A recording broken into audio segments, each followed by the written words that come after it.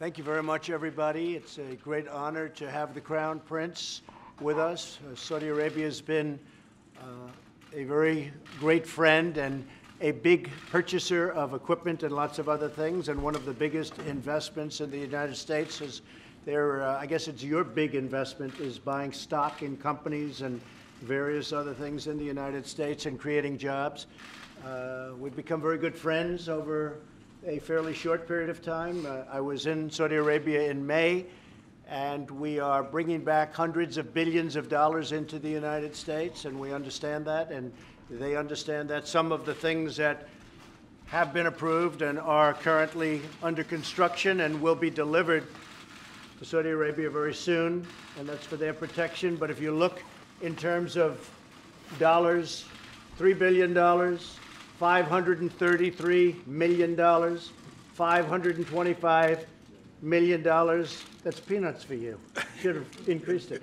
$880 million, $645 million, $6 billion. That's for frigates.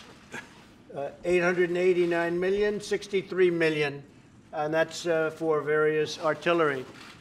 Some of the things that we're now working on, thanks, and that have been ordered and will shortly be started in construction and delivered.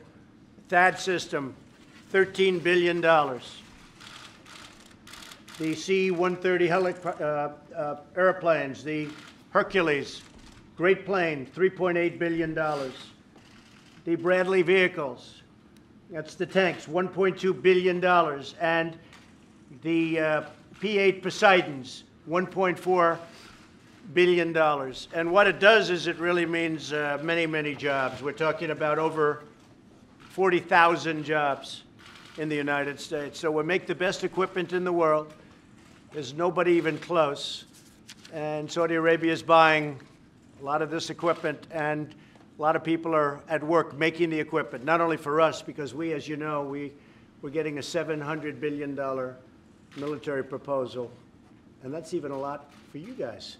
But we're getting a $700 billion military plan this year, and 716 will be next year, $716 billion. So we really have a great friendship, a great relationship. I would really have to say the relationship was, to put it mildly, very, very strained during the Obama administration. And the relationship now is probably as good as it's really ever been. And I think we'll probably only get better. Tremendous investments made in our country, and that means jobs for our workers, jobs for our people. Also defense. We're talking about defense, and we're working very hard with Saudi Arabia, and they're also footing a big part of the bill for defense. The whole Middle East. We know what's happened in the Middle East, and it has not been a pretty picture for the United States or for anybody. And a lot of things are changing, and they're changing very rapidly. As you know, ISIS is now, we've recaptured almost 100% of the territory, as you probably have heard, before anybody. But we've captured close to 100% of the territory held by ISIS. And we've moved very rapidly, very quickly, and that's really coming to an end in that part of the world. It's coming to an end.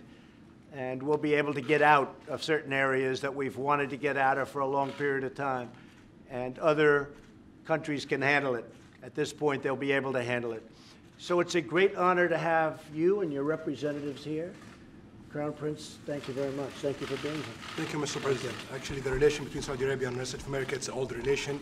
We are the oldest ally for the rest of America and the Middle East. Right. More than 80 years of alliance and big interest, politically, economically, and security in different area and a lot of area. And the foundation of the relation, it's really huge and really deep in different issue. We know that today the relation, it's the cause of more than 4 million jobs in the US of America, directly and non-directly. Also, it's a cause for a lot of jobs in Saudi Arabia, directly and non-directly. And as you know, Mr. President, from day one, you've reached this office. We've planned to to tackle 200 billion US dollar of opportunity in the next 4 years, but it end up with 400 billion US dollar of opportunities. You've talked today, Mr. President, about the military deals. The implementation in it's more than 30%, and also the implementation overall in the 400 billion US dollar of opportunity, more than 35%. Right. We plan this for the next 10 years, but it happens in 1 year we implement 35%. So this is a signal that there is a lot of things could be tackled in the close future and more opportunities, and that's why we are here today, to be sure that we've tackled all the opportunities and achieve it, and also get rid of all the threats facing our both countries and the whole world. So I'm very glad to be here today. Well, that's right. And you know, one thing that you have been really focused on is the terrorism threat and the funding of terrorism. And whether it's Saudi Arabia or other countries, as we know, there will be no funding. We have a zero tolerance for the funding of terrorists, and we're working very hard. And I will say that Saudi Arabia has been working very hard on that, as are certain other countries in the Middle East. When I was there in May, I think it was one of the most incredible two-day meetings that I've ever seen, that anybody's ever seen. It was an amazing two-day period. We had 56 countries. Everybody was there. The head of every country, virtually, I guess, in every case, it was the head of the country. And we talked about terrorism and the funding of terrorism, and it will not be allowed.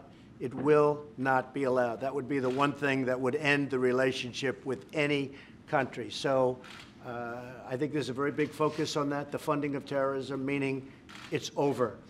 And the other thing that I really am very happy about is that we talked about $400 billion worth of investment, of which we've already invested and seen invested $200 billion to our companies, to various other places and people that make things.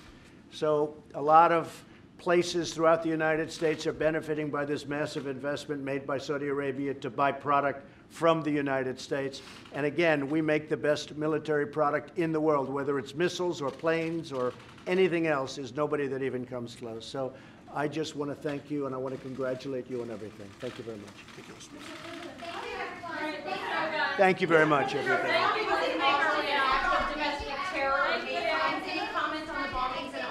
It's terrible. The bombings in Austin are terrible. Local, state, and federal are working hand in hand to get to the bottom of it.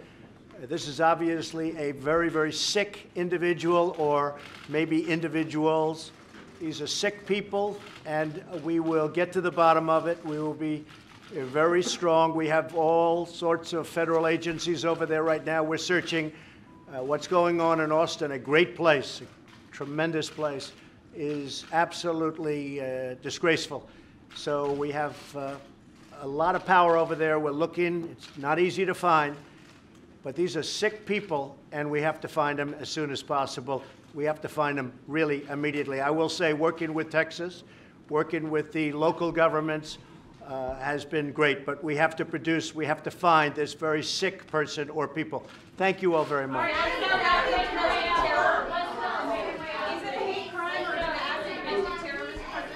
I had a call with President Putin and congratulated him on the victory, his electoral victory.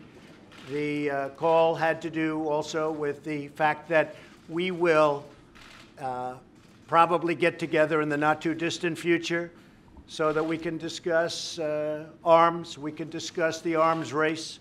As you know, he made a statement that being in an arms race is not a great thing. That was right after the election, one of the first statements he made. And we are spending $700 billion this year in our military, and a lot of it is that we are going to remain stronger than any other nation in the world by far. We had a very good call, and I suspect that we'll probably be meeting in the not-too-distant future to discuss the arms race, which is getting out of control, but we will never allow anybody to have anything even close to what we have, and also to discuss Ukraine and Syria and North Korea and various other things. So I think probably we'll be seeing President Putin in the not-too-distant future. Well, we're going to see what happens. The Iran deal is coming up. It's probably another month or so, and you're going to see what I do. But Iran has not been treating that part of the world or the world itself appropriately. A lot of bad things are happening in Iran. The deal is coming up in 1 month, and you will see what happens. Okay? Your Royal Highness, should the president pull out of the Iran deal? Well, we'll talk about that today. Okay, thank you very All much, right, everybody. everybody, let's make your way.